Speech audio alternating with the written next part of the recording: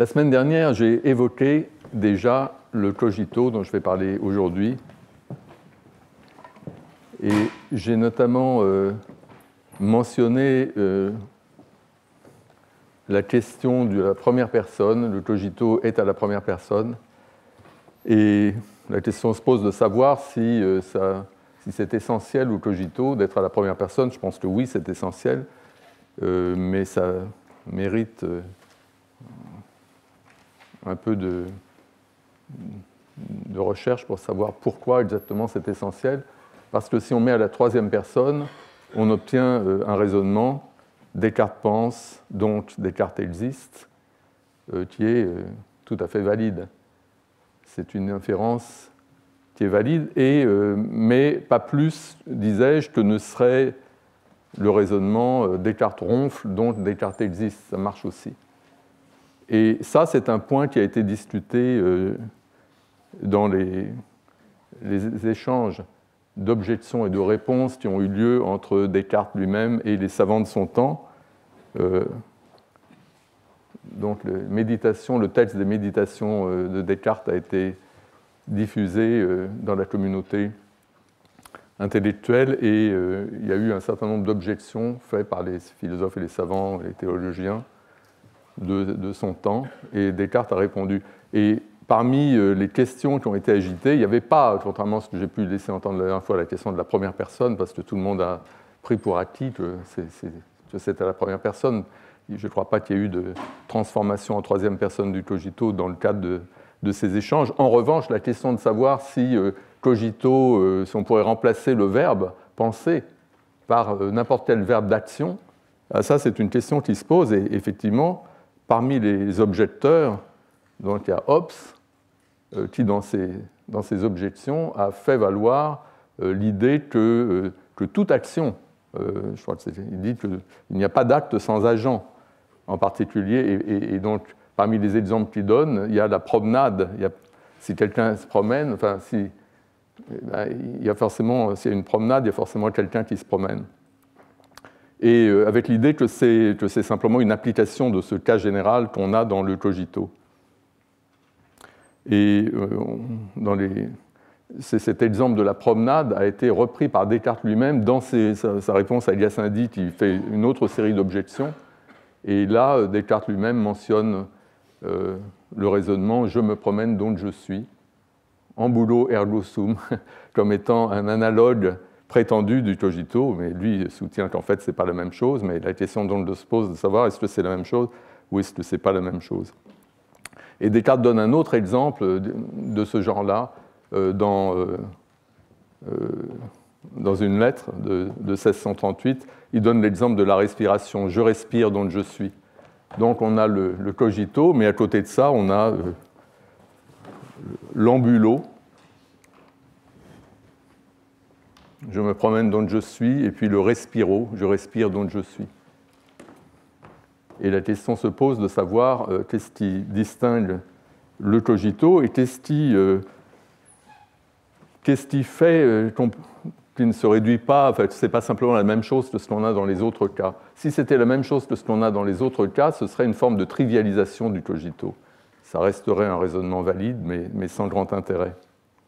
Tous ces raisonnements-là sont des inférences qu'on dit antimématiques parce qu'il y a une prémisse implicite qui permet le raisonnement, et la prémisse implicite, dans le cas du cogito, c'est « pour penser, il faut être ».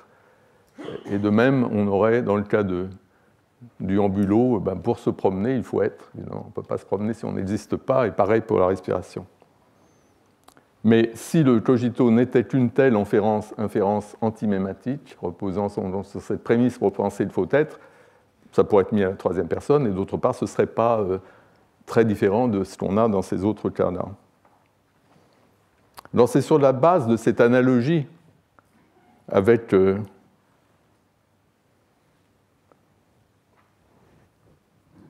sur la base de cette reconstruction antimématique du cogito et de l'analogie avec le cas du ambulo ou le cas du respiro, c'est sur cette base que Gassendi fait une objection à Descartes.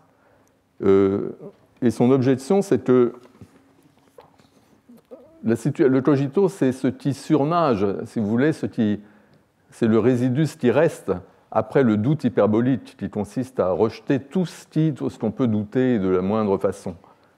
On peut douter en fait de tout, nous dit Descartes, mais pas du fait qu'on pense et qu'on existe, parce que ce fait se révèle dans l'acte même de douter, mais j'y reviendrai. Et ce que fait valoir Gassendi, c'est que, en fait, si le cogito repose notamment sur cette prémisse, pour penser il faut être, on ne voit pas pourquoi cette prémisse-là n'est pas atteinte par le doute hyperbolique. Et si cette prémisse est atteinte par le doute hyperbolique, à ce moment-là, c'est la conclusion même qui s'effondre. La certitude disparaît, puisque parmi les prémisses qu'on utilise, il y en a une qui devrait, en principe, pouvoir être mise en doute. Donc ça, c'est l'objection de Gassendi. Et Descartes y répond. Mais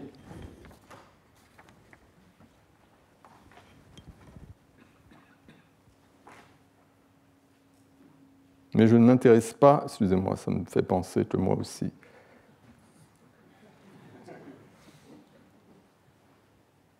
Voilà. Je ne m'intéresse pas en fait à cette discussion entre Descartes et Gassendi, cette réponse à l'objection que je viens de signaler. Ce qui m'intéresse, c'est plutôt la comparaison générale du cogito et du ambulo, et c'est-à-dire ce qui fait le propre du cogito, et la question de la trivialisation du cogito que la comparaison induit. Et donc à quoi il faut résister, il faut essayer de résister. Et je pense qu'il y a deux façons de résister à cette trivialisation du cogito, deux façons de montrer que le cogito, c'est quelque chose de très spécifique. Et la première de ces stratégies, si on veut, de ces façons de résister à la trivialisation, on la trouve dans la réponse de Descartes à Gassendi, donc dans les 5e réponses, les réponses aux objections de Gassendi. On la trouve aussi dans les principes de la philosophie, et également dans la lettre de 1638 dont je parlais, où il donne l'exemple de la respiration. Donc la réponse est très simple, elle consiste à souligner une différence cruciale entre le cogito et le ambulo. Donc on peut admettre que ça se présente de la même façon. Dans les deux cas, on a ce raisonnement antimématique. Mais la différence apparaît si on regarde la première prémisse, le statut des prémisses. Le cogito part du fait que je pense. Et on infère « je suis » peut-être en vertu de cette prémisse que pour penser, il faut être. Dans le ambulo, on part de la prémisse « je me promène ». C'est ça le fait. Et on en infère qu'on existe, puisque pour se promener, il faut bien exister. Et la différence entre les deux, souligne Descartes, c'est que la prémisse initiale du cogito, le « je pense », c'est quelque chose qui est vrai d'une façon évidente et indubitable. Il n'y a aucun doute que je pense, pour les raisons que je disais tout à l'heure, et je vais y revenir évidemment. Il n'y a aucun doute que je pense, alors que la prémisse de ambulo, le « je me promène », ce n'est pas si évident que ça. Disons, c'est évident en un sens, mais n'oubliez pas, on est dans le contexte du doute hyperbolique, c'est-à-dire que dès qu'il y a la moindre possibilité d'imaginer que ce ne soit pas vrai, on considère qu'on le met de côté, on l'écarte, on considère que ce n'est pas vrai. Or, ce que nous dit Descartes, c'est que même si je suis conscient d'être en train de marcher, si je suis en train de me promener, je suis conscient d'être en train de marcher le long d'une rivière autour de ma promenade, par exemple, tout ça pourrait n'être qu'un rêve. Je pourrais être en train de rêver que je me promène. En fait, je ne suis pas vraiment en train de me promener. Je pourrais être endormi dans mon lit. Donc, voilà le passage des principes où Descartes nous dit ça. Il dit « si je dis que je vois ou que je marche, et que j'infère de là que je suis, cette conclusion n'est pas tellement infaillible que je n'ai quelques sujets d'en douter, à cause qu'il peut se faire que je pense voir ou marcher, encore que je n'ouvre point les yeux et que je ne bouge de ma place, car cela m'arrive quelquefois en dormant. » Donc ce que ça veut dire simplement, c'est que la prémisse « je me promène » n'est pas indubitable, puisque même si je sais bien que je me promène, mais néanmoins, cette certitude que j'ai pourrait tout à fait être le genre de certitude qu'on peut avoir aussi en rêve. Alors que pour le « je pense », c'est complètement différent. Et c'est ça la différence entre le cogito et le ambulo. Le cogito, lui, la première prémisse, je pense, elle est indubitable. Il n'y a aucun moyen de la rejeter en doute.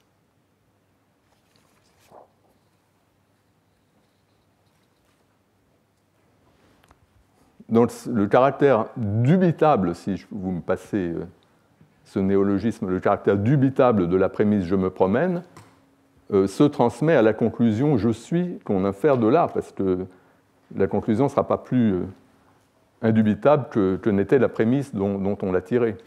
Alors que dans le cas du je pense, le je pense est indubitable, donc si on peut en inférer que je suis, ben là, l'indubitabilité du je pense se transmet au je suis. Ce qui pose évidemment la question de savoir pourquoi le je pense est-il indubitable. Et c'est là, en fait, qu'est vraiment le cœur du cogito. C'est indubitable, je pense, parce que douter qu'on pense, rejeter, enfin, on essaie de douter de tout, donc on essaie de douter aussi de ça, peut-être que je ne pense pas, peut-être que c'est un rêve, etc. Mais le problème, c'est que douter qu'on pense, c'est encore penser. Rêver qu'on pense, c'est encore penser. Donc, même si je doute que je pense, ou si j'imagine que je rêve que je pense, tout ça, c'est encore de la pensée, l'imagination, le rêve, le doute. Donc, il n'y a pas moyen de rejeter cette affirmation que je pense à travers la mise en doute, à travers l'imagination. Il n'y a pas moyen de faire cela. Il y aurait, c'est quelque chose qui vraiment, ce raisonnement de Descartes, c'est quelque chose qui prend tout son sens si on regarde les discussions contemporaines, enfin contemporaines, pas si contemporaines, les discussions qu'il y a eu au XXe siècle autour de la notion de paradoxe pragmatique. Il y a eu une époque dans les revues spécialisées de philosophie analytique où il y avait beaucoup d'articles sur les paradoxes pragmatiques quand ils ont été découverts, disons c'est surtout dans les années 40, en gros, il y avait beaucoup d'articles là-dessus, et ensuite ça a continué dans les 20 à 30 années qui ont suivi. Et l'idée d'une contradiction pragmatique, c'est l'idée d'une contradiction entre, si on prend le cas linguistique, mais le cas mental, c'est exactement la même chose, contradiction entre le contenu de ce que vous dites et le fait que vous le disiez. Donc, ce que vous dites n'est pas forcément contradictoire, au sens où c'est une proposition qui pourrait être vraie. Ce n'est pas le problème. Le problème, c'est que vous ne pouvez pas le dire parce que le fait de le dire le contredit. On parlait aussi parfois de contradiction performative pour impliquer que la contradiction, elle passe, c'est une contradiction avec l'acte d'énonciation. C'est une contradiction entre le contenu de l'énonciation et l'acte d'énonciation. Et c'est ça qu'on a si j'essaie de douter que je pense, ça veut dire que j'essaie de penser que je ne pense pas. Mais penser qu'on ne pense pas, c'est pragmatiquement contradictoire, parce que ce qu'on pense, à savoir qu'on ne pense pas, est contredit par le fait qu'on le pense. Puisqu'on le pense, c'est bien qu'on pense. Donc il n'y a pas moyen que ce soit vrai, même si ça pourrait être vrai, ce n'est pas quelque chose qui est logiquement contradictoire, ça pourrait être vrai. Je pourrais très bien ne pas penser. J'aurais pu avoir un accident cérébral qui conduise à une totale absence de pensée, etc. Je pourrais aussi bien ne pas exister. Tout ça, c'est des possibilités. Mais à partir du moment où je le pense, ou à partir du moment où je le pense, ça ne peut plus se faire. Puisque si je pense que je ne pense pas, ben forcément, ce que je pense est faux. Quand bien même c'est quelque chose qui n'est pas logiquement contradictoire, ce que je pense. Il y a quand même une contradiction, mais on doit le voir au niveau plus global, en faisant intervenir pas seulement le contenu, mais aussi l'acte. Et si on regarde à la fois le contenu et l'acte, on voit qu'il y a une contradiction. Et c'est une contradiction pragmatique.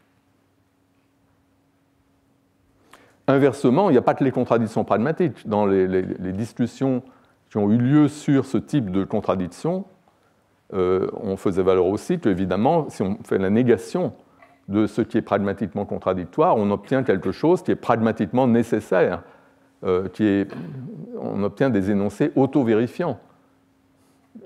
L'auto-vérification, c'est vraiment quelque chose de trivial. Si je vous dis « je parle », ben, c'est auto-vérifiant. Le fait que je dise ça rend vrai ce que je dis, parce que je le dis, donc je parle. C'est évidemment très contingent que je parle. Je pourrais très bien ne pas être en train de parler, mais si je vous dis « je parle », c'est nécessaire. C'est rendu nécessaire par l'acte. Mon acte fait que ce que je vous dis est nécessairement vrai, dans ce sens de nécessité, ce sens pragmatique de nécessité. Et c'est la même chose pour le cogito. Si je dis « je pense », alors, le fait, enfin, si je pense, eh bien, ce que je pense, à savoir que je pense, est nécessairement vrai, à partir du moment où je le pense. Donc on a une auto-vérification ou une forme de nécessité pragmatique. Et donc c'est pour ça que la prémisse « je pense » dans le cogito est indubitable, parce qu'elle a cette forme spéciale de nécessité qu'est la nécessité pragmatique. Le fait de le penser le rend vrai. Ce qui n'est pas du tout le cas pour « je me promène ».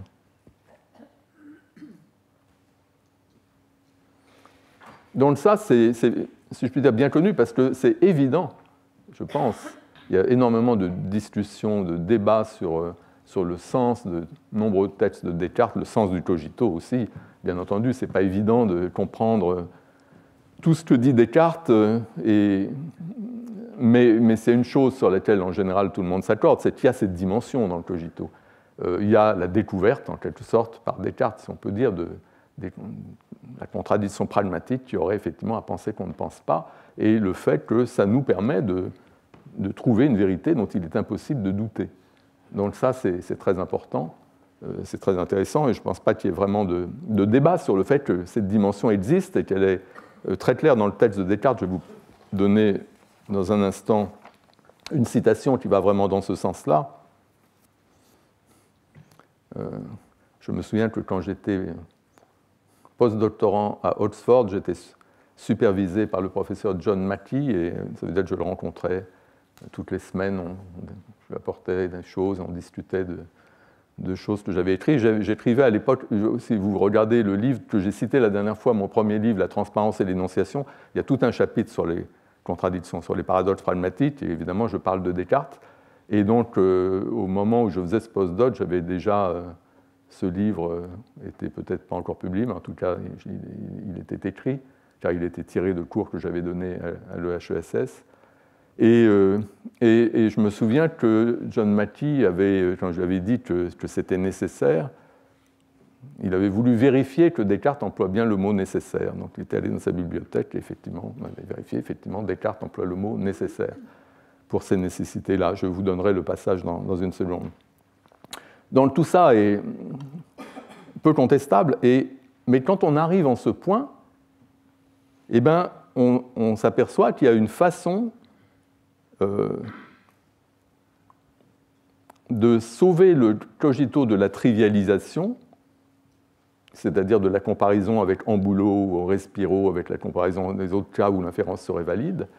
Il y a une autre façon, disons, de le sauver de la trivialisation que celle que je viens de présenter, qui est celle de Descartes lui-même, quand il dit que la différence, c'est que la prémisse « je pense » est indubitable, alors que la prémisse « je me promène » n'est pas indubitable.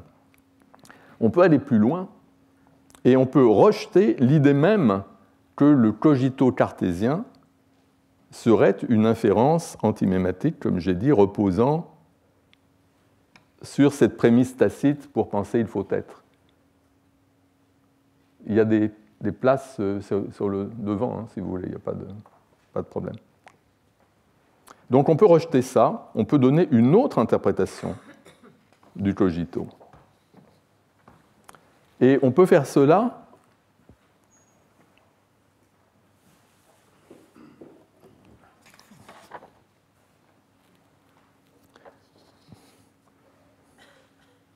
parce que ce que je viens de dire sur le caractère auto-vérifiant du « je pense » et le caractère auto-réfutant ou pragmatiquement contradictoire du « je ne pense pas », eh bien, ça s'applique aussi au « je suis », si on y réfléchit. Je suis,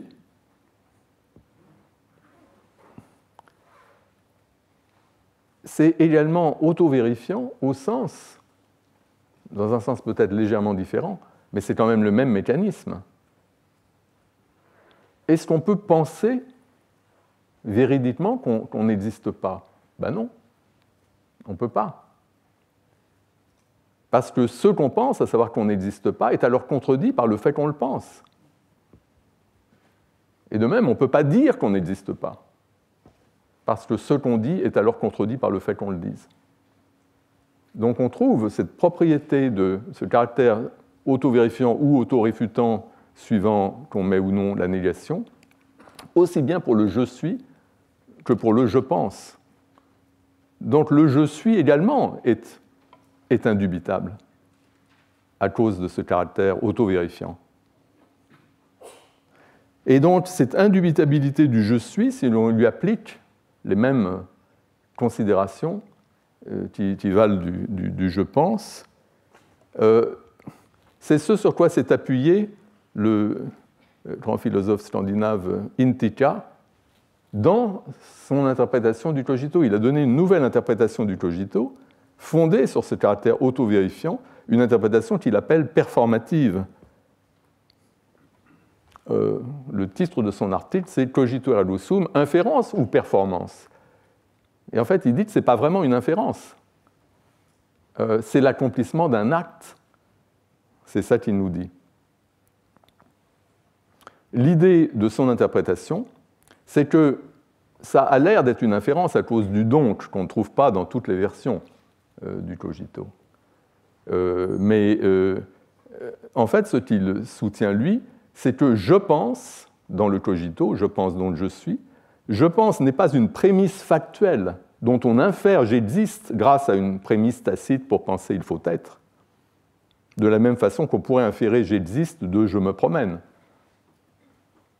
Je pense, pour lui, représente non pas un premier contenu de pensée dont on infère un second contenu de pensée qui est je suis. Je pense, selon lui, représente l'acte de pensée, le contenu de pensée je suis.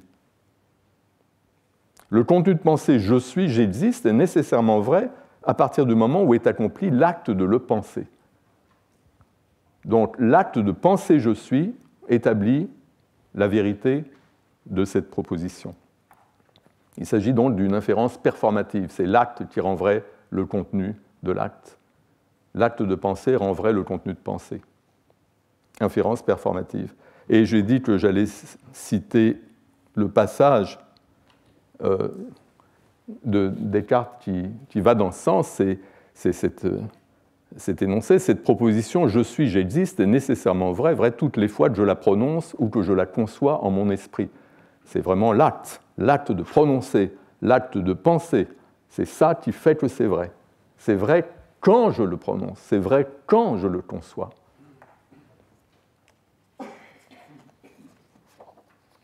Donc la nécessité en question, c'est bien une nécessité pragmatique, ce n'est pas une nécessité logique ou métaphysique, puisque, bien entendu, je pourrais très bien ne pas exister, Descartes pourrait très bien ne pas exister, et il pourrait aussi bien ne pas penser. C'est l'acte de penser j'existe qui a nécessairement pour contenu une proposition vraie, puisque la vérité de la proposition qui est son contenu est impliquée par l'acte lui-même. Mais la vérité de cette proposition est évidemment une vérité contingente. Donc on a l'acte. Et Descartes insiste dans ce passage sur l'acte de penser. Et qu'est-ce que c'est que l'acte de penser une proposition ? Ça n'est rien d'autre que ce qu'on pourrait appeler l'occurrence mentale de cette proposition. Et je vous ai parlé d'occurrence la dernière fois à propos du langage, en disant qu'une occurrence, c'est quand des mots sont prononcés, quand il y a un acte d'énonciation, les mots deviennent quelque chose de concret qui existe dans le monde, il y a quelqu'un qui produit les mots dans l'acte d'énonciation. L'occurrence, c'est les mots en tant que chose concrète produite dans l'acte d'énonciation. Benveniste lui parle de l'instance de discours correspondant à l'acte unique, l'événement énonciatif. Eh bien, on a ce dont parle Descartes, c'est quelque chose de tout à fait équivalent. L'occurrence mentale, l'acte de pensée dont parle Descartes, c'est équivalent de l'instance de discours de Benveniste, mais dans le domaine mental. Et je pense que de la même façon, le penseur, l'ego cartésien, celui qui pense, je suis, etc., est le pendant mental du locuteur, celui qui parle. C'est vraiment tout à fait analogue à ce qu'on a dans les théories comme celle de Benveniste. Donc le sujet cartésien, c'est le sujet à la vie mentale de qui appartient cette occurrence de pensée. Il y a cette occurrence, je pense, je suis. L'acte de pensée est accompli, il y a un sujet. Et puisqu'il y a un sujet, ce qui est pensé est forcément vrai. Alors évidemment, ce sujet, on n'en sait pas grand-chose. Peut-être ce sujet n'a-t-il qu'une existence ponctuelle et évanouissante, simplement dans l'acte de penser. Peut-être qu'il n'a ni passé ni futur. Il pourrait très bien n'exister que dans l'instant où se produit l'occurrence. Peut-être n'est-il qu'un pur esprit, toute chose corporelle n'étant qu'une illusion. l'existence des corps, etc., tout ça ne pourrait être que des contenus de pensée, comme dans le rêve. Mais ce qui est donné de façon indubitable dans l'expérience du cogito,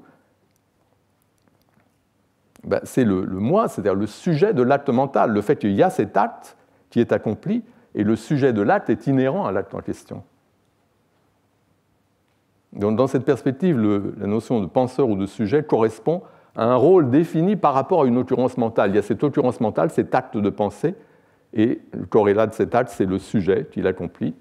Et le sujet cartésien, c'est ça, c'est le sujet qui apparaît à travers l'acte, et dont l'existence est établie à travers l'acte.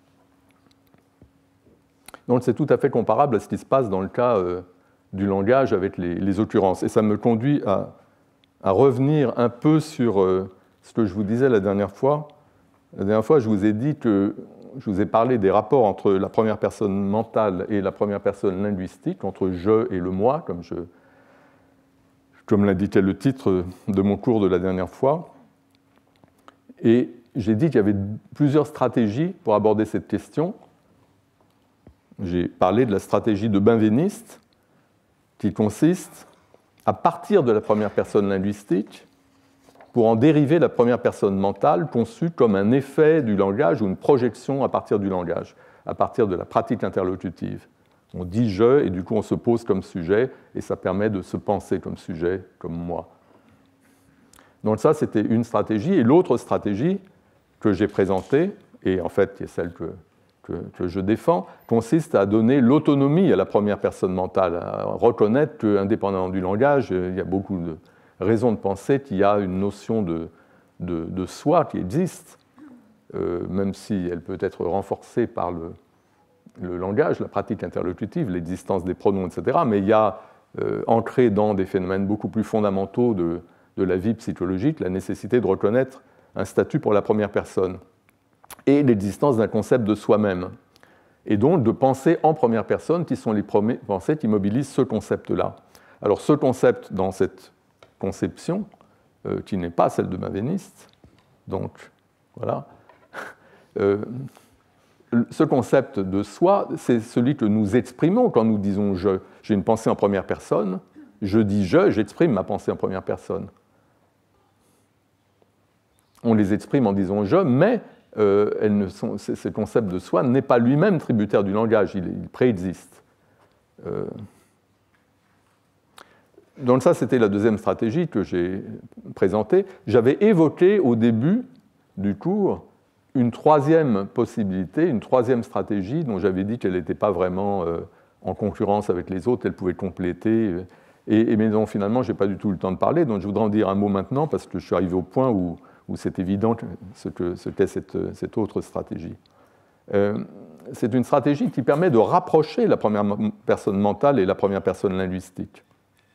Et je pense que c'est déjà évident pour vous, compte tenu de ce que j'ai dit avant. Mais donc, le paradigme de la première personne linguistique, nous avons vu que c'était une expression token réflexive en utilisant la terminologie de Hans Reichenbach, c'est-à-dire une expression dont la référence, ce qu'elle désigne, dépend de l'instance du discours, dépend de l'événement d'énonciation. Je désigne la personne qui produit l'énonciation. Donc, l'événement d'énonciation, c'est ce point d'énonciation. Il y a un certain nombre de paramètres où il y a des coordonnées, il y a la personne qui fait l'énonciation, le lieu où ça se passe, le moment, etc. Il y a tous ces aspects. Et des mots comme je, tu, ici, maintenant renvoient à tel ou tel aspect. Mais tout ça, c'est défini, ce à quoi ça renvoie est défini par rapport à l'événement d'énonciation.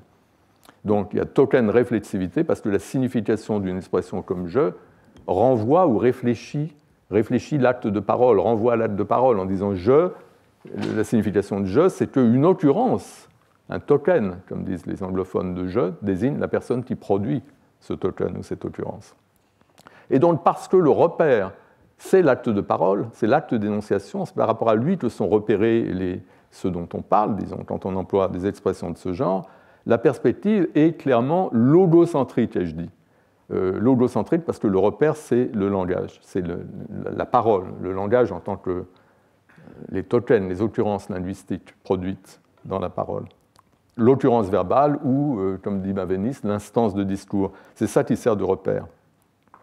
Alors, sur le plan mental, si on dit que, certes, on a les mots « je tue » ici maintenant dans le discours, dans le langage, ce sont des expressions token réflexives, la référence est déterminée par rapport à l'instance à la parole elle-même, par rapport aux mots, donc c'est logocentrique.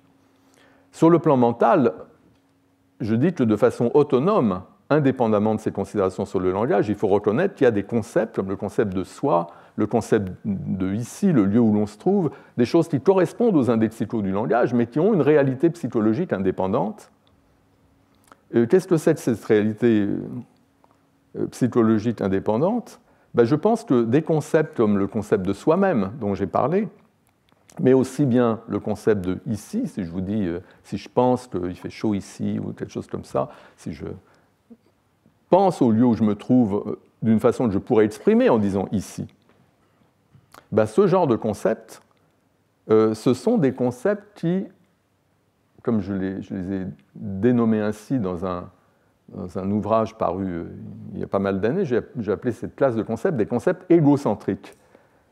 Et ce que je voulais dire par là, c'est que ce sont des concepts qui se rapportent aux entités ou à l'entité avec laquelle le sujet se trouve dans une certaine relation.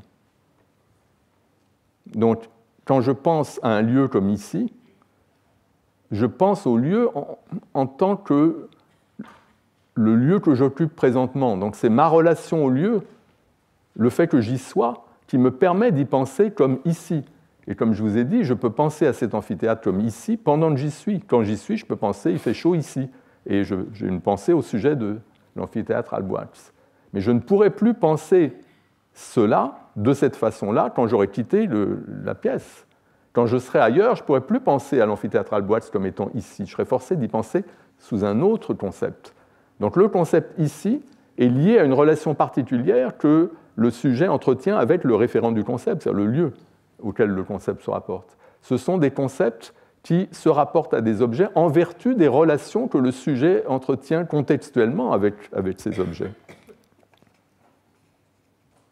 Et dans le cas du concept de soi-même, il y a aussi une relation du sujet à l'objet. Et là, la relation, elle est très particulière, parce que c'est l'identité. Quand le sujet est l'objet de sa pensée, il peut penser à lui-même en première personne. Il peut penser à l'objet en première personne, comme « je ». « Je » implique que ce à quoi vous pensez, c'est vous-même. Et donc, là aussi, c'est un concept qui se rapporte à quelque chose qui se trouve dans une certaine relation avec vous-même, à savoir l'identité qui est vous-même. Mais c'est simplement un cas particulier. Tous ces concepts que j'appelle égocentriques se rapportent à des objets avec lesquels le sujet se trouve dans une certaine relation contextuelle. J'ai mentionné aussi la dernière fois les concepts démonstratifs. Cet ordinateur. Je peux penser cet ordinateur parce que l'ordinateur se trouve dans une certaine relation à moi. Je suis en train de le regarder, je le vois. Il m'affecte visuellement. C'est pourquoi je peux y penser de cette façon démonstrative, comme cet ordinateur.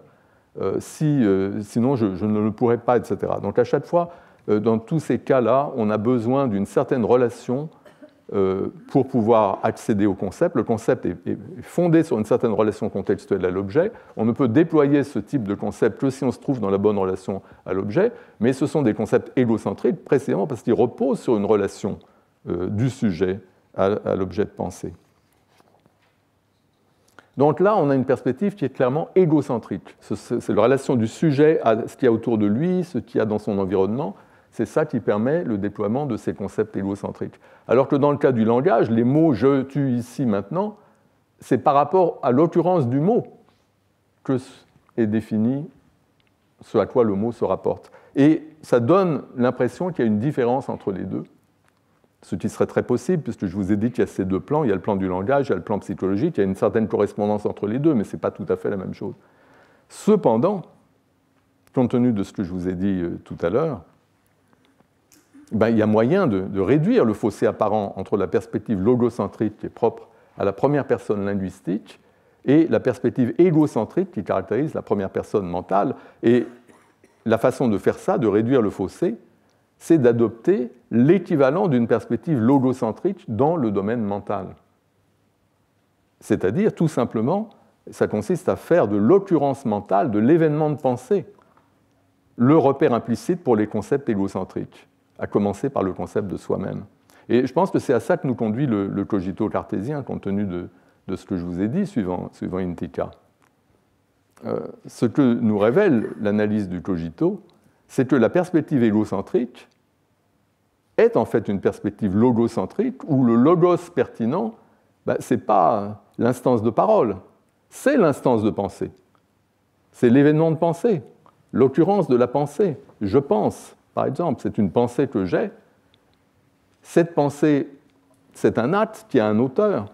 Donc le sujet de l'acte nous est donné dans l'occurrence de pensée, et donc du coup, la pensée et son sujet nous étant donnés à travers l'acte, tout contenu de pensée qui reviendrait à nier l'existence du sujet ou de sa pensée serait automatiquement contredit par l'acte. Donc il y a vraiment cette présence, cette nécessité de l'occurrence de pensée, de l'acte de pensée, pour faire valoir l'argument cartésien du cogito. Donc là, on a vraiment, je pense, une sorte de perspective logocentrique. Mais logocentrique, sauf que ça n'est plus du langage. Donc logos peut être pris dans un sens suffisamment général. En tout cas, on a besoin de l'instance de pensée, de l'acte de pensée, tout comme on a besoin de l'acte de parole. Et on peut abstraire le fait qu'il s'agisse de parole ou de pensée, ce n'est pas finalement très très important. Il faut recourir à une notion abstraite et neutre d'occurrence. Et c'est exactement ce que fait Descartes quand il parle de l'acte accompli avec une proposition. Je le cite, toutes les fois que je la prononce ou que je la conçois en mon esprit. Je la prononce, je la conçois. Dans tous les cas, il y a un acte, il y a une occurrence de cette proposition à travers l'acte mental ou à travers l'acte de parole. Et on peut avoir des phénomènes de contradiction pragmatique ou d'auto-vérification.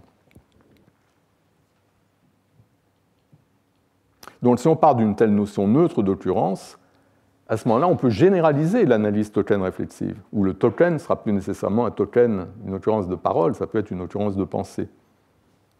On pourra dire alors qu'une occurrence de la première personne, qu'elle soit verbale ou mentale, fait référence au sujet qui produit cette occurrence.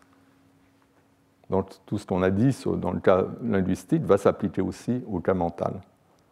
Et il en résultera que ce que j'ai appelé les relations égocentriques entre le sujet et les objets de pensée, à quoi il peut se rapporter sous des concepts comme ici, ceci, etc. Ces relations égocentriques peuvent recevoir une analyse token réflexive ou logocentrique. Il y aura à chaque fois aussi une relation entre l'occurrence de pensée et l'objet sur lequel porte la pensée. Bon, je n'ai pas besoin de détailler les choses beaucoup plus, mais ça nous dit que même si on adopte dans cette perspective où on a le plan linguistique, on a le plan mental, il y a une certaine autonomie du mental avec un concept de soi, etc., ça n'empêche pas d'avoir une sorte de généralisation, quelque chose qui marche pour les deux domaines, qui est une sorte d'analyse token réflexive, où la notion d'occurrence ou de token est une notion généralisée d'occurrence qui s'applique au mental aussi bien qu'au linguistique. Donc ça, c'était une parenthèse pour revenir à ce dont je vous parlais la fois dernière, les diverses stratégies pour réconcilier ou pour articuler, disons, le mental et le linguistique, la première personne mentale et la première personne linguistique. Mais maintenant, je voudrais revenir au cogito, et notamment aux objections. Je vous ai parlé un peu des objections qui se trouvent qui ont été sollicitées par Descartes lui-même. Je vous ai parlé de Hobbes et de Gassendi, notamment. Mais maintenant, je voudrais évoquer une objection qui n'est pas une objection d'un contemporain de Descartes, mais une objection beaucoup plus tardive qui a eu une certaine influence, un certain impact. C'est l'objection de Lichtenberg, dont je pense un certain nombre d'entre vous ont dû entendre parler. C'est l'objection du sapens, comme on peut la résumer. La question est celle de savoir s'il est légitime d'aller au-delà de la pensée elle-même, en admettant effectivement qu'il y a cette donnée, ce fait de la pensée, qui est donné immédiatement au sujet. Il y a effectivement cette pensée, cette occurrence de pensée dont le sujet est conscient, Mais dans le cogito, on part de là pour aller vers le sujet. De la pensée, on remonte à son sujet, dont on affirme l'existence. Comme si le sujet était donné lui-même immédiatement, et c'est ce que dit Descartes, dans sa pensée. Mais est-ce que c'est vrai ? Demande Lichtenberg. Et lui le met en doute. Donc qu'une occurrence de pensée se produise, soit, ça on l'admet, mais qu'est-ce qui garantit que cette occurrence est attribuable à un sujet, fût-il moi-même ? Donc voici le passage bien connu de Lichtenberg. Il dit « Nous connaissons uniquement l'existence de nos sensations suivant les cartésiens. » Le mot « pensée » ici s'applique, enfin c'est le cas chez Descartes et les cartésiens, la pensée ça s'applique notamment aux sensations. Les sensations jouent même un rôle assez important. Donc nous connaissons uniquement l'existence de nos sensations, de nos représentations et de nos pensées.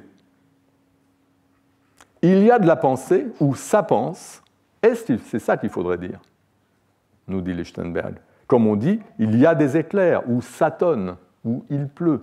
Donc là, il y a l'idée qu'on peut reprendre les formules impersonnelles qui s'appliquent dans les exemples météorologiques, et on devrait dire la même chose. Il y a de la pensée, il pense, ou ça pense. Cogitatur, c'est ça qu'il faudrait dire. Dire cogito, en première personne, je pense, c'est déjà trop, dès lors qu'on traduit ça par je pense. Car d'où sort ce je ? C'est ça que demande Lichtenberg. Si vraiment le fait fondamental, c'est l'instance, l'occurrence de la pensée, si c'est ça le fait indubitable, qu'est-ce qui nous permet de remonter de là à un sujet qui serait l'auteur de la pensée en question, ou son agent, ou son responsable ?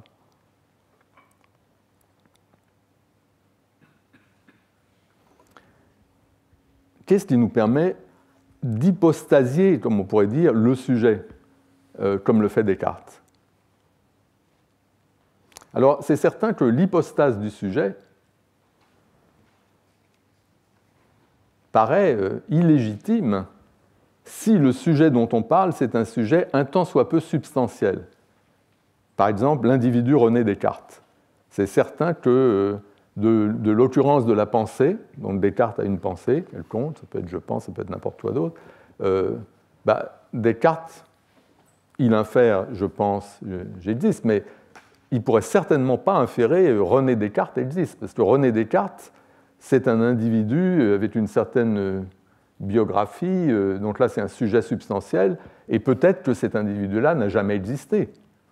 Peut-être que tout ça est un rêve. Peut-être qu'il y a quelqu'un qui rêve qu'il est Descartes, qui s'appelle René Descartes, qu'il a fait telle et telle chose, qu'il a tel et tel passé, etc. Mais l'existence de René Descartes, ce n'est pas quelque chose qu'on peut inférer simplement d'une pensée de Descartes, absolument pas.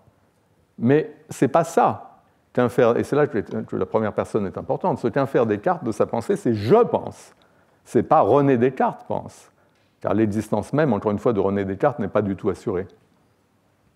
Donc, le sujet dont il s'agit pour Descartes, c'est un sujet minimal, le sujet du cogito. Ce n'est pas du tout un sujet substantiel comme l'individu René Descartes qui possède une certaine autobiographie.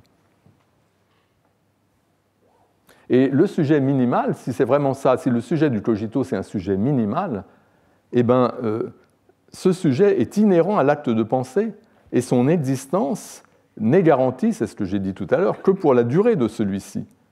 Donc peut-être qu'il n'a qu'une existence ponctuelle et évanouissante, ni passé ni futur, c'est ce que je disais tout à l'heure, peut-être n'est-il qu'un pur esprit, etc.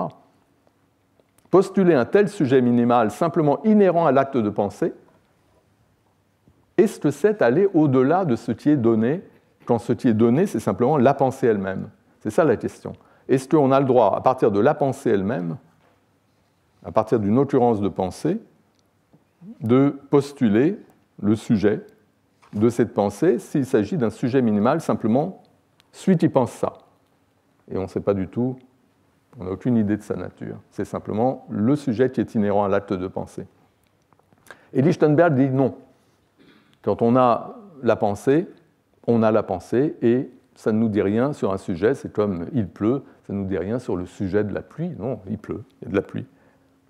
Alors c'est une idée qui a plu et qui a à beaucoup d'auteurs contemporains. Ici, je mentionne 3 qui ont été impressionnés par l'argument de Lichtenberg.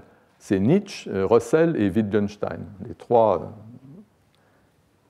semblent considérer le point de vue, l'objection de Lichtenberg avec faveur. Un autre auteur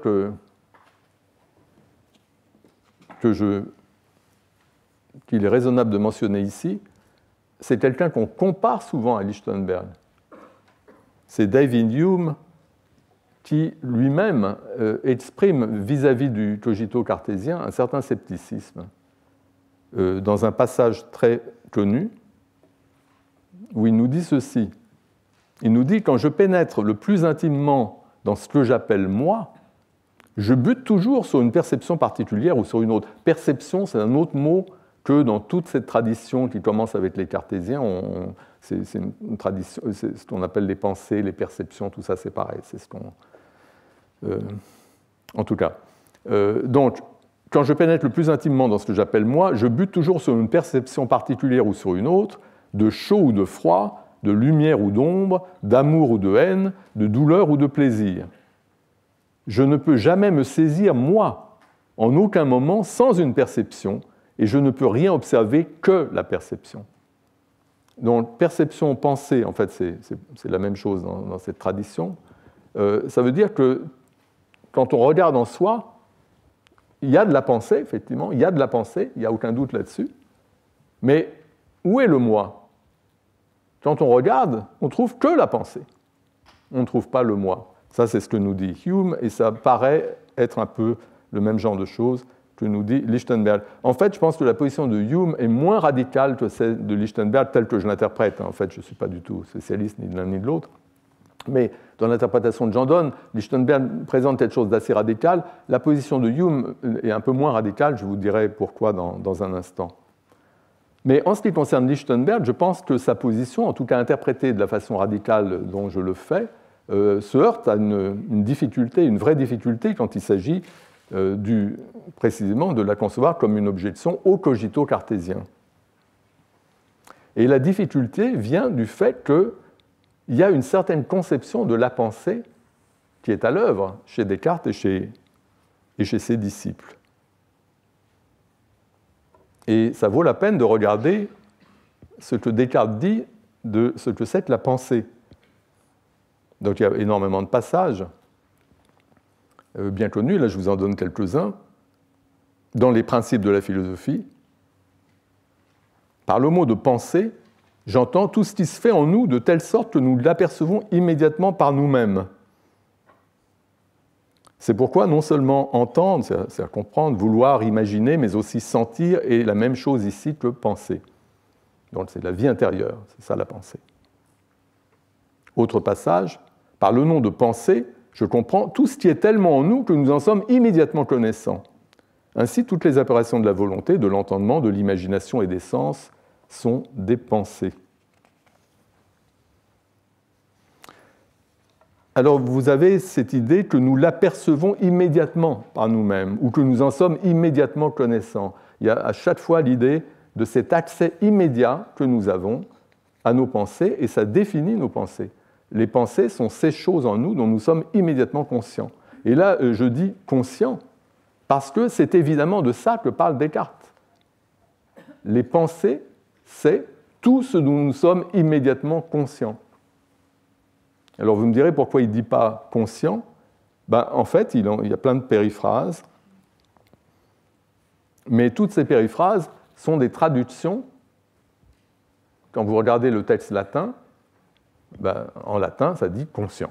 Simplement, le mot conscient n'existait pas ou peu en français, pas en tout cas dans ce sens-là. Il y avait le mot conscient, conscience, le sens moral, etc., mais le sens ordinaire qu'on a maintenant quand on dit qu'on est conscient de certaines choses ou qu'on est conscient de nos pensées, que nos pensées sont conscientes, etc., c'était un emploi qui n'existait pas vraiment à l'époque mais qui a été justement introduit à la suite des discussions des cartésiens. Mais en tout cas, dans les traductions, par Clerselier ou par d'autres, Picot, etc., il y a toujours des périphrases du genre « nous l'apercevons par nous-mêmes, nous en sommes immédiatement conscients ». Si vous regardez donc le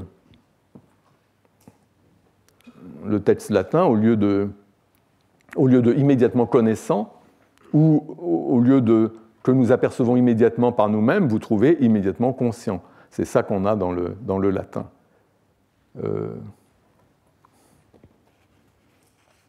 Il y a aussi des variantes, mais bon. Le mot conscience lui-même apparaît assez rarement, 2 fois, je crois. Il apparaît une fois dans les troisièmes réponses, où il y a le mot conscience ici, entendre, vouloir, imaginer, sentir, conviennent d'entre eux, en ce qu'ils ne peuvent être sans pensée ou perception ou conscience et connaissance. Donc ici, pensée, perception, conscience, tout ça, c'est plus ou moins la même chose. Alors, pour ceux que ça intéresse, je vous recommande le livre de Geneviève Lévis de Louis, je ne sais pas comment on prononce, de 1950, qui porte sur la question de la conscience et de l'inconscient chez les cartésiens, chez Descartes et chez les cartésiens. Et il y a beaucoup de citations. Et elle, ce qu'elle dit, c'est qu'effectivement, c'était un emploi exceptionnel en français, cet emploi du mot conscience qu'on trouve dans l'exemple de passage de Descartes que je vous ai donné. Conscience dans ce sens psychologique, ça ne s'employait pas. Et elle donne 2 occurrences dans les troisièmes réponses et dans une lettre à Gibieuf où il parle de ma propre pensée ou conscience. Mais sinon, les mots conscience et conscient ne s'employaient pas en français comme en latin, et c'est pourquoi les traducteurs emploient des périphrases. On a un passage très intéressant chez un auteur que je citerai la prochaine fois. La prochaine fois, je vous parlerai des théories de la conscience chez les disciples de Descartes, enfin, je dirai quelques mots là-dessus. Et chez un auteur particulièrement intéressant qui est Antoine Arnaud, on trouve une remarque à propos du problème linguistique. Donc il évoque cette propriété de conscience qui est l'essence de la pensée. Il dit « Je me connais moi-même en connaissant toutes les autres choses, et en effet, c'est par là principalement, ce me semble, que l'on doit distinguer les êtres intelligents de ceux qui ne le sont pas, de ce que les premiers, sunt conscia sui, les autres non. C'est-à-dire que les uns connaissent qu'ils sont et qu'ils agissent, et les autres non. Ce qui se dit plus heureusement en latin qu'en français, dit-il. » Et puis il dit la même chose encore dans un autre passage. En tout cas, ce que dit Geneviève Louis, je la cite, elle dit que c'est bien Descartes qui, en mettant l'accent sur cette propriété de la pensée, a introduit ou appelé le nouvel usage de ce mot dans la langue courante. Et elle décrit donc la façon progressive dont le mot conscience, le mot français conscience, a été introduit progressivement dans les discussions chez les cartésiens, jusqu'à un passage d'un disciple bien connu de Descartes, qui est Louis de la Forge, donc dans un ouvrage qui a été très influent, le Traité de l'esprit de l'homme, où on trouve effectivement, là, sans crainte, le mot conscience est employé. Là, il n'y a plus de périphrase comme utilisaient les traducteurs de Descartes. Il dit ceci, c'est un passage sur lequel je reviendrai la semaine prochaine. Il dit « La nature de la pensée consiste dans cette conscience, ce témoignage et ce sentiment intérieur par lequel l'esprit est averti de tout ce qu'il souffre, et généralement de tout ce qui se passe immédiatement en lui, dans le temps même qu'il agit ou qu'il souffre. » Donc il y a la passivité, l'esprit passif comme dans les sensations, il y a l'esprit actif comme dans l'action, mais de toute façon, quoi qu'il se passe en nous, nous savons que ça se passe en nous, qu'il s'agisse d'action ou de passion, de quelque chose d'actif ou de passif. Je dis immédiatement, précise-t-il, afin de vous faire connaître que ce témoignage et ce sentiment intérieur n'est pas différent de l'action ou de la passion. Donc il y a la perception, je reçois une sensation du monde extérieur, je fais quelque chose, j'agis dans le mouvement volontaire. Ces 2 choses-là, la perception et l'action, sont accompagnées par la conscience, et la conscience n'est pas différent, n'est pas quelque chose d'autre que l'action ou la passion en question. C'est la même chose, c'est une propriété de la perception ou de l'action. Ce témoignage donc, n'est pas différent de l'action ou de la passion, et que ce sont elles-mêmes, c'est-à-dire l'action, la passion, la perception, l'action, etc., qui avertissent le sujet de ce qui se fait en lui. et qu'ainsi, vous ne confondiez pas le sentiment intérieur avec la réflexion que nous faisons quelquefois sur nos actions, laquelle ne se trouve pas dans toutes nos pensées, dont elle est seulement une espèce. Donc ça, c'est très important, et c'est ce sur quoi je parlerai beaucoup la prochaine fois. C'est l'idée que cette conscience, c'est vraiment une propriété de la pensée elle-même. La pensée est consciente. Quand on pense, on sait qu'on pense. Et ce n'est pas la même chose que de penser à sa pensée. Ça, c'est la réflexion, c'est autre chose. Toutes mes pensées ne sont pas réfléchies. Nos pensées spontanées, on ne pense pas à nos pensées, on se contente de penser, mais quand on pense, on sait qu'on pense. Il y a la conscience qui est une propriété de la pensée. Donc tout ça est très important, et j'y reviendrai. Mais en ce point, ce qui compte, c'est que si on définit ainsi par la conscience qu'on en a les pensées, on voit que ces pensées qui nous sont données immédiatement, qui sont données immédiatement à notre conscience, et dont l'existence même est liée au fait qu'elles nous sont données à notre conscience, sinon ce ne seraient pas des pensées. Ça définit les pensées. Donc, de ce fait, les pensées font l'objet de l'acte mental que, dans la tradition philosophique, on appelle aperception, enfin, il y a une certaine... On peut appeler ça comme ça, l'acte mental d'aperception, l'acte de prendre conscience. Cet acte mental, les pensées en font l'objet non pas de façon contingente, on peut ou pas être conscient d'une pensée que nous avons, non, ce n'est pas du tout contingent, c'est une propriété constitutive des pensées. Si on n'était pas conscient, il n'y aurait pas de pensée. La pensée est essentiellement consciente. Donc ce n'est pas du tout comme un coucher de soleil qui peut être observé ou non. Le coucher de soleil, il est là, puis on peut le voir, on peut le remarquer ou ne pas le remarquer. Mais ce n'est pas comme ça du tout pour les pensées. Les pensées, ce n'est pas quelque chose qui aurait à l'intérieur de nous et qu'on pourrait observer ou pas. Une pensée ne serait pas une pensée si elle n'était pas présente à la conscience du sujet qui pense. Cette présence à la conscience est un trait essentiel des pensées, une propriété intrinsèque. Donc l'idée qu'on trouve chez Hume, dans le passage que je vous ai dit, selon laquelle lorsqu'on introspecte, on observe des pensées, mais pas de sujet pensant, ça c'est l'idée de Hume. Quand je regarde en moi-même, je vois des pensées et je ne vois pas de sujet pensant, dit-il. Cette idée présuppose que les pensées sont comme le coucher de soleil et qu'elles peuvent être dissociées de la perception, de la conscience. Cette aperception est conçue, cette conscience est conçue comme une sorte d'observation qui s'applique à un objet indépendant et peut s'exercer ou non. Mais je pense que cette conception est incompatible avec la définition cartésienne des pensées comme fait de conscience. En tant qu'essentiellement conscientes, les pensées sont en fait inséparables du sujet de conscience.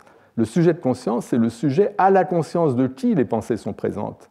Et en l'absence duquel, il n'y aurait pas de conscience et donc il n'y aurait pas de pensée. Ce qui veut dire que les pensées et leur sujet, au sens minimal, toujours, du sujet, sont donnés ensemble dans le phénomène de la conscience et ne peuvent pas être dissociés. C'est ça qu'on veut dire par la pensée, on veut dire cette structure où il y a cette propriété de conscience, et la conscience, c'est la conscience pour un sujet. C'est un sujet qui est défini comme le sujet de conscience.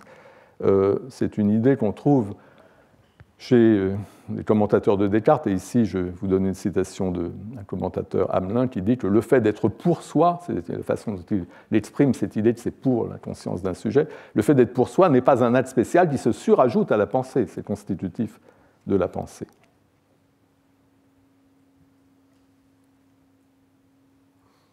Et donc, comme c'est indiqué dans la citation de Louis de Laforge, il y a de ce point de vue une différence importante entre être conscient d'une pensée et penser à cette pensée, puisque lorsqu'on pense à une pensée, on forme une deuxième pensée qui est distincte de celle à quoi l'on pense, alors que la conscience qu'on a d'une pensée n'est pas une deuxième pensée, elle est cette pensée elle-même en tant que consciente.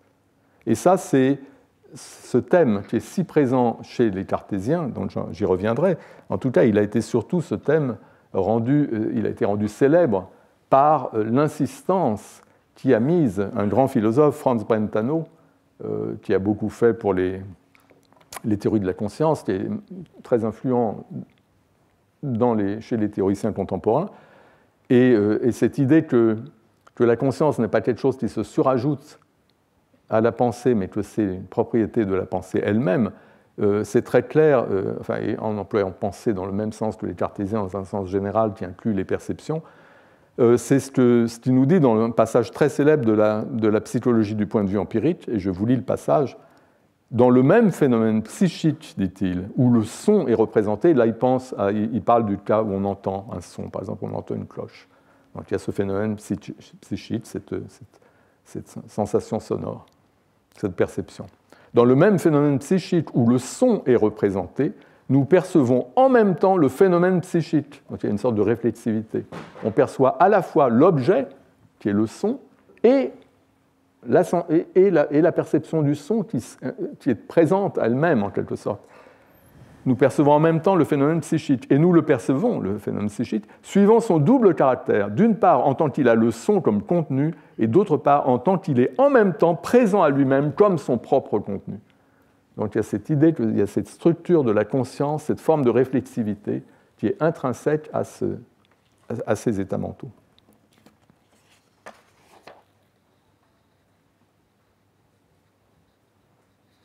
Et dans cette perspective, je pense que le sujet, on peut dire que le sujet est donné dans ses pensées, il fait partie du phénomène mental et il ne lui est pas extérieur.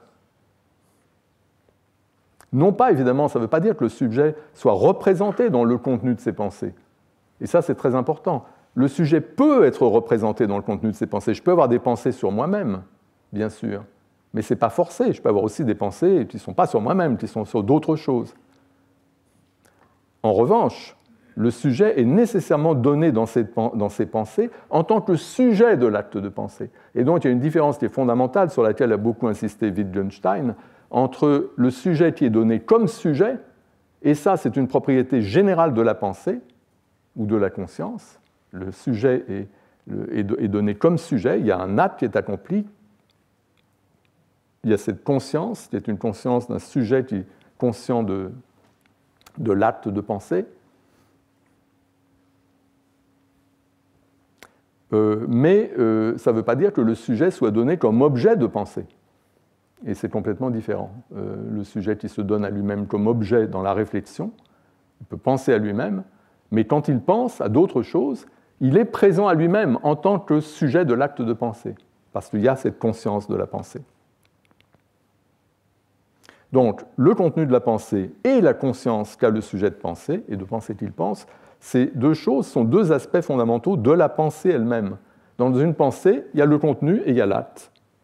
Et la conscience englobe les deux. Le sujet est conscient de penser et de penser ce qu'il pense. Le contenu et la pensée elle-même sont donnés au sujet conscient qui pense. Et c'est donc deux aspects dans toute pensée.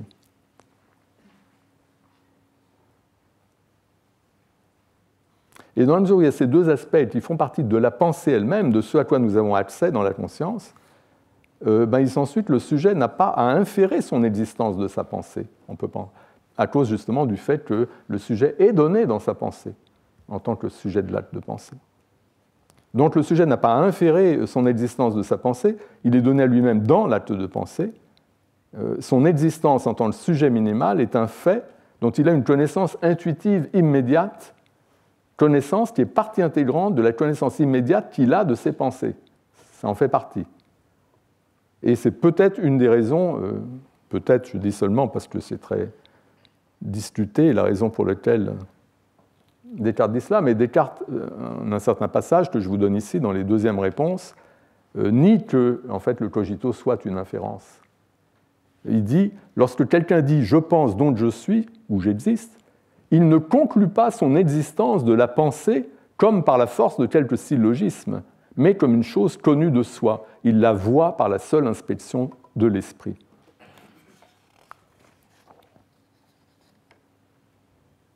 Alors, pour revenir à ce que je disais de Hume, je pense que cette position, cette idée qu'il y a le sujet minimal qui est une propriété de la pensée elle-même en tant que consciente, qui projette son sujet en quelque sorte, puisqu'il y a forcément un sujet conscient quand il y a une pensée. Cette idée n'est pas contradictoire, pas directement contradictoire avec ce que dit Hume. Ce que dit Hume, souvenez-vous, c'est que le moi ne lui apparaît jamais lorsqu'il introspecte lorsqu'il regarde en dedans, le moi ne lui apparaît jamais comme un objet d'observation. Les seuls observables, nous dit-il, sont les pensées, ce qu'il appelle des perceptions. On peut très bien admettre avec Descartes que les pensées sont essentiellement conscientes et portent en elles-mêmes la présence du sujet dont la conscience fait de ces pensées des pensées. On peut admettre ça, tout en admettant avec Hume que le sujet en question n'est donné à la conscience que comme sujet des pensées. Donc on peut très bien admettre ça. Le sujet n'est donné qu'en tant que sujet, il n'est pas donné comme objet d'observation séparé. Le sujet est donné à lui-même à travers la conscience qu'il a de penser ce qu'il pense, et il n'est donné que de cette façon-là. On peut très bien admettre ça. Et si on admet ça, à ce moment-là, on admet ce que dit Hume, qui est la chose suivante, quand il développe un peu. Il dit « Je ne peux jamais me saisir, moi, en aucun moment, sans une perception, et je ne peux rien observer que la perception. Quand mes perceptions sont écartées pour un temps, comme par un sommeil tranquille, aussi longtemps que ça dure, je n'ai plus conscience de moi, et on peut vraiment dire que je n'existe pas. Si toutes mes perceptions étaient supprimées par la mort, et que je ne puisse ni sentir, ni penser, ni voir, ni aimer, ni haïr après la dissolution de mon corps, je serais entièrement annihilé, et je ne conçois pas ce qu'il faudrait de plus pour faire de moi un parfait néant. » Et évidemment, ce n'est pas quelque chose, Descartes ne souscrirait pas à cela, mais simplement cette idée que les pensées ont cette structure brentanienne, que la conscience est intrinsèque aux pensées, que la conscience projette un sujet, qu'il y a un sujet qui est donné dans la pensée même, tout ça est parfaitement compatible avec l'idée de Hume que le sujet n'est donné que de cette façon-là, et que si on supprime les pensées, parce qu'on n'a plus la conscience, parce qu'on est dans le sommeil ou profond, ou parce qu'on est mort, à ce moment-là, il n'y a plus de sujet. C'est compatible. C'est-à-dire que l'idée que le sujet est intrinsèque aux pensées, le sujet minimal est intrinsèque aux pensées à cause de la propriété qu'ont les pensées d'être essentiellement conscientes, eh bien, cette idée-là n'entraîne pas qu'on puisse aller au-delà de ce sujet minimal et hypostasier une âme qui survivrait à la mort, ou même simplement une continuité. Quand on est dans le sommeil le plus profond, on continue d'exister.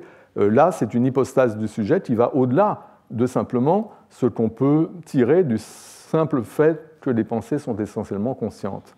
Donc ce que je dis, c'est qu'il y a ce sens de sujet minimal qui est clairement présent chez Descartes et chez les cartésiens, qu'on a le droit, contrairement à ce que dit Lichtenberg, de passer de la pensée elle-même au sujet en ce sens minimal, parce que le sujet en sens minimal, il est constitutif de la pensée, si on pense à la pensée à la façon de Descartes comme la conscience, mais on ne peut pas aller plus loin dans l'hypostase du sujet, on ne peut pas aller au-delà du sujet minimal, et on ne peut pas évidemment postuler un sujet autobiographique comme René Descartes, mais même simplement l'idée d'un sujet doté de la permanence, un sujet qui reste le même, notamment après avoir perdu conscience et revenir à lui-même, etc. Cette continuité, cette permanence, c'est quelque chose qu'on ne peut pas inférer simplement à partir de la propriété des pensées d'être conscientes. Donc les propriétés de l'âme, comme la permanence ou la simplicité, qui sont les propriétés sur lesquelles insistent énormément les gens qui précisément parlent du moi, ça fait partie des choses que rejette Hume. Hume rejette l'idée qu'on aurait l'intuition directe de ça. Et ça, c'est compatible avec l'idée cartésienne que ce dont on a l'intuition directe, c'est de la pensée avec cette structure double où le sujet lui-même est donné. Voilà ce que dit Hume à ce sujet. Il dit « Il y a certains philosophes qui imaginent que nous avons à tout moment la conscience intime de ce que nous appelons notre moi, que nous sentons son existence et sa continuité d'existence, et que nous sommes certains, plus que par l'évidence d'une démonstration, de son identité et de sa simplicité parfaite. » Alors il est certain qu'il a Descartes dans le collimateur, et c'est vrai qu'il a l'air de dire que cette hypostase du sujet-là, un sujet autre que minimal, on n'est pas en droit de la faire, d'y procéder, donc c'est quelque chose qui est illégitime.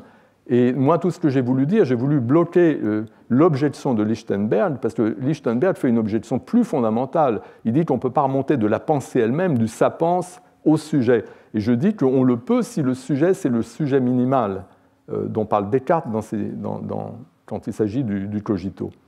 on peut passer de la pensée au sujet à cause du fait que la pensée est essentiellement consciente et qu'elle est donnée pour un sujet. Mais quand il s'agit d'aller plus loin que cela et de postuler un sujet qui aurait d'autres propriétés, notamment la permanence, ça, on ne peut pas le faire, effectivement, et il faut d'autres arguments pour le faire. Alors évidemment, Descartes en donne d'autres arguments. Moi, je n'en ai pas donné du tout. Pourquoi est-ce que... Oui, donc il me semble que Lichtenberg va trop loin, mais néanmoins, il y a quelque chose de vrai, c'est-à-dire que quand il s'agit d'un sujet qui est non minimal, l'intuition cartésienne de la pensée ne suffit pas à postuler un sujet qui ait ces propriétés-là, notamment la propriété de permanence ou d'unité, ce qu'on appelle l'unité de la conscience, qui est une propriété très importante, évidemment, de la conscience. Ce n'est pas quelque chose qui est donné si c'est l'instance de pensée qui est pertinente, parce que l'instance de pensée que j'ai évoquée tout à l'heure, il y a un acte de pensée et il y a un sujet corrélatif qui est donné dans cet acte, qui est le sujet qui pense ça, mais ce sujet, j'ai dit, il peut exister de façon ponctuelle, évanouissante, il n'est pas forcé d'exister l'instant d'après ou d'avoir existé l'instant d'avant, c'est donné dans la pensée elle-même, donc c'est ponctuel et évanouissant. Donc on n'a pas cette propriété fondamentale du sujet et du sujet cartésien, qui est la permanence. Et là, on a besoin d'arguments pour arriver à fonder cette permanence. À propos de la permanence, je vous donne ici un passage d'un auteur dont je parlerai aussi la prochaine fois, le père Pardy, dans son discours sur la connaissance des bêtes, où il a cette phrase pour parler de l'unité de la conscience, à ceci près que pour lui, c'est quelque chose de... Enfin, là, ça s'applique aux animaux, en l'occurrence, donc c'est pas... Enfin, en tout cas, c'est une forme d'unité qui est de toute façon très fondamentale et dont il faut rendre compte et dont on ne peut pas rendre compte suivant la voie que j'ai simplement esquissée. Il dit, quoique nos organes soient divers, ce qui les anime n'est qu'une même chose, en sorte que si nous voyons par les yeux, si nous entendons par les oreilles, si nous sentons diverses émotions du corps, ce nous qui aperçoit en voyant par les yeux, c'est absolument le même qui aperçoit en entendant par les oreilles ou qui sent ces différentes émotions du corps. Et de même, c'est le même sujet qui persiste à travers le temps, qui est donné dans la mémoire, etc. Donc on a beaucoup de formes non minimales du moi qui ne sont pas aussi substantielles que l'individu René Descartes avec son autobiographie, mais il y a beaucoup de formes plus substantielles du moi qui ne peuvent pas simplement être déduites de ces propriétés de la conscience. Mais ce que je voulais dire simplement, c'est que l'objection de Lichtenberg disant qu'on ne peut pas du tout postuler un sujet simplement sur la base des pensées qui nous sont données immédiatement dans la conscience, cet argument-là peut être bloqué à cause de cette façon de concevoir la pensée qu'ont les cartésiens et qui les lie de façon indissociable au phénomène de la conscience dont je vous parlerai la prochaine fois. Et maintenant, je vais devoir faire la pause, après quoi nous entendrons dans le séminaire Jean-Baptiste Rosy, donc à 11h30. Merci.